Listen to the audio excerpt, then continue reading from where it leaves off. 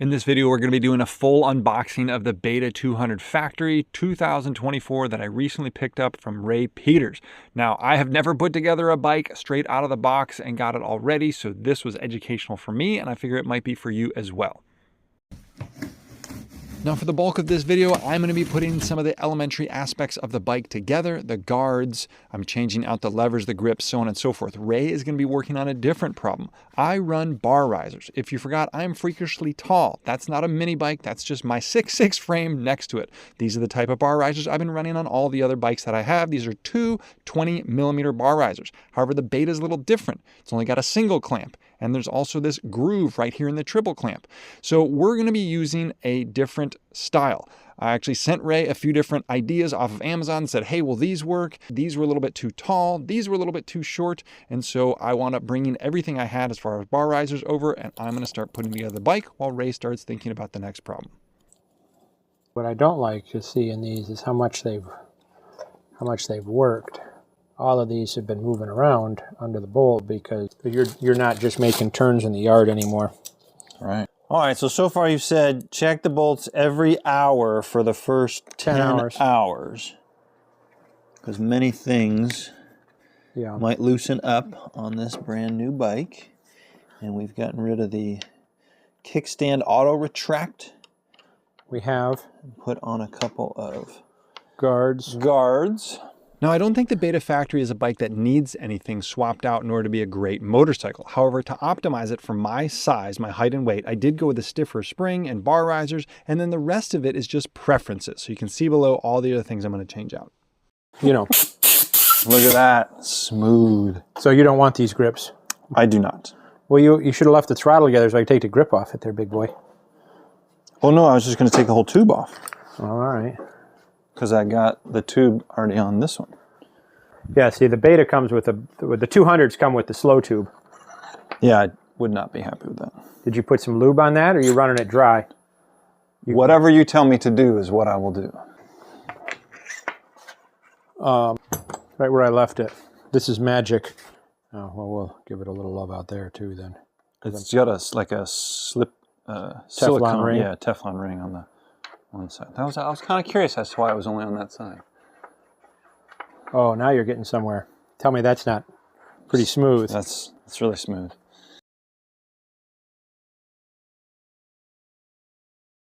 For your enjoyment, wait for it.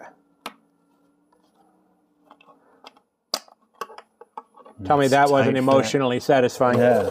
Yeah. Yeah, even more so for you who had to engineer it. Yeah, I did. Ray's custom plates with the light included in the plate holder. And you can pick those up at what? By contacting you, right? Any Beta dealer. Oh, really? Yeah. So if you happen to have this apart, this step right here, this little capacitor thing, this black thing, tuck it under the edge of this and then tighten this down. Okay. The last little bit. Should we tuck it in somewhere? We'll do a little tuck job on this. Where's the plastic washer in here? Is it in there? It's between the grip and the... Correct. Okay. That's very important because when the side of your hand grips up against here, right, you don't the want grip it to... dragging against there will stop the throttle from turning, and then your brain says make this change to the power output, but it doesn't actually happen on the ground, and then you get into that panic feedback loop where you go to emergency power mode. You just firewall it, hoping you don't crash, kind of thing. So how much play should be end to end? Yeah, 40 or 50 thousandths. Right now there's... Yeah, that's about right. Okay. And how tight on this? So it doesn't move. I don't like surprises, do you? No. I think I hate finding out that I didn't... Air on the way in, right? I just push on. You're a lot stronger than me. I doubt that, but it's going to... Look at the size of these guns, man! There it is.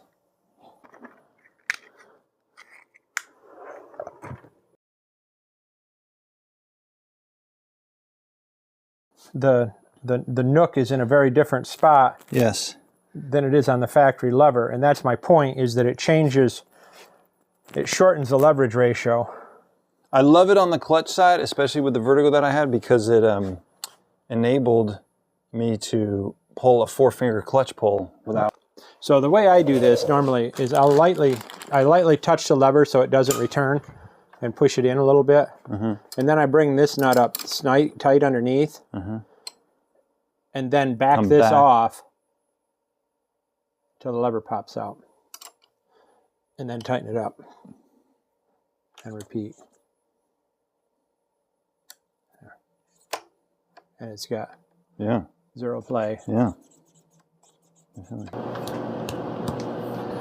No, it's a 75 Newton meter a millimeter. 75. What comes on it? 70? 7. Yep. But we got to put some preload in it. Yeah. Should I have already taken that out? No, we'll do it in a vise. So when you want to add preload, what are you doing? I mean, you're having to hit it with something if you don't have a spanner? You got to knock it loose anyway. I won't ride a bike that's not been hammered tight, because sooner or later they come loose and then you don't know what you got.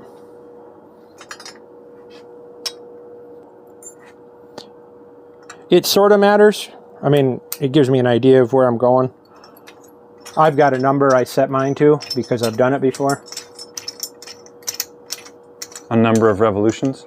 No, length. When I set a spring up, I know. But you are different than I am. That's about as far as we're going with our fingers, which is usually about right. And I'm not locking these here. We're going to lock it after we stand you on the bike and measure. Get close. So that part's done. When you fool with these, if you turn the lower shaft, nothing bad happens, but just make sure that the two adjusters are on the same side of the... Pointed back or forward? They're pointed forward. Okay. Because you reach this one by reaching in under the, essentially around the airbox. You can reach under the, see? And flip it. So anyway, make all that go back together and call me. All right, so I had to take off the rear skid plate bolts in order to get this out of the way, in order to have access to the bottom bolt. That was the only thing, the bottom bolt down there, the top bolt that needed to come off in order to take off the shock. The rest of the linkage could stay intact. And now we'll just tighten this up as needed after we measure.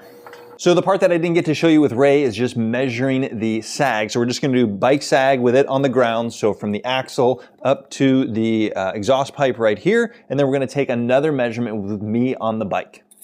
Go ahead and compress the suspension a few times and measure it again.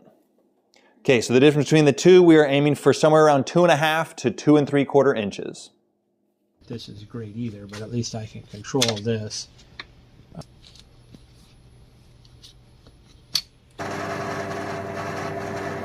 You were going to lightly skim these remaining surfaces to make sure the block's square. And then it goes on there like this. And I'm going to shorten this dimension to 40 millimeters. And then we'll punch a hole through the center of it. And you'll have a block. And I'm going to machine this notch on here.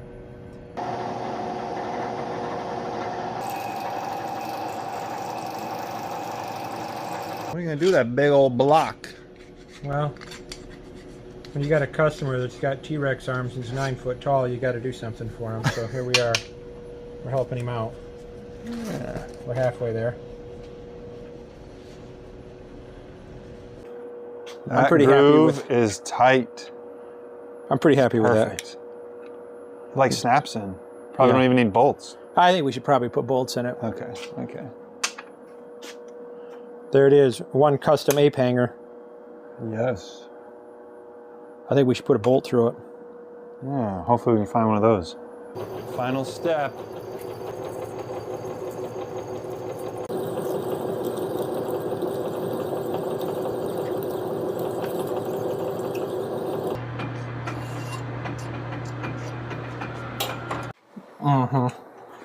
Custom bolt. You can't afford it. Custom bolt. Custom block. Custom block. Everything. Factory bike. Literally everything is beyond factory.